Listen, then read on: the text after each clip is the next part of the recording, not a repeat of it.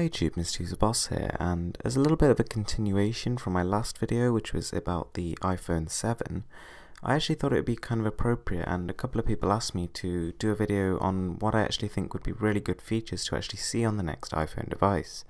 So number one I'm actually going to say is the ability to put third-party launchers on. So this is something that is not really necessary, but just a really cool thing that you can do with Android. You know, in that within literally less than a minute you can fully change the way your phone looks, feels and functions. Okay, so something which I think a lot of people can agree on is that we don't want to see a device that's even slimmer.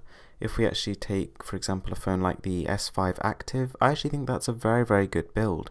You know, it's sturdy, it's slim, it's waterproof, but at the same time, you know, it's actually very functional. I think that getting thinner and thinner not only sort of takes away from the sort of luxury premium feel of the device, but it also makes it significantly more fragile. You know, the amount of people you see with smashed iPhone bodies, screens and cases, it's not good.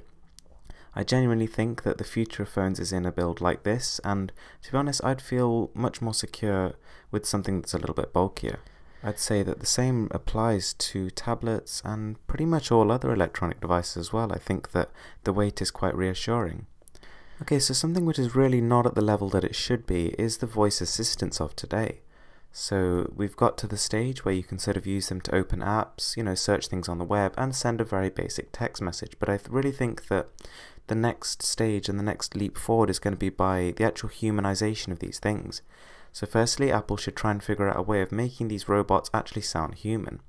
Then they should really try and actually embed some artificial intelligence which will truly make them understand and connect with the user, and I think if any company's going to do this, it's going to be Apple. So something which I've not really heard mentioned a lot, but something which I'd really personally want to see is a all the time on ultra reliable GPS tracker. So you can actually buy physical kits which let you, you clip it to a device, and then all around the world, whether it's off, on, out of battery, anything, you can still track its location.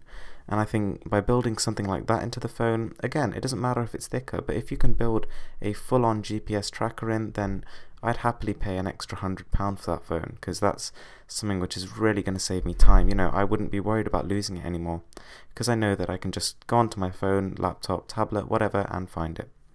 Okay, so I think the SD card is getting more and more important as the years go by. I think that apart from the Nexus devices, just about every other Android manufacturer has now realized that this is something that almost every single consumer wants. So I kind of realize there's a pretty good reason why Apple is doing this, because, you know, obviously it's going to force people to upgrade to the higher capacity models, which is pretty expensive, a lot more expensive than it needs to be.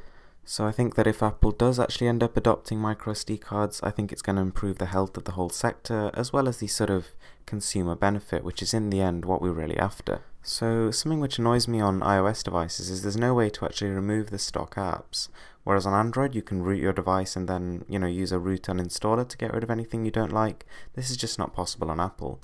And I think that, especially considering how limited the space is on those devices, you really need to be able to do that, and I think that will really help people free up the phone for more stuff that they actually enjoy.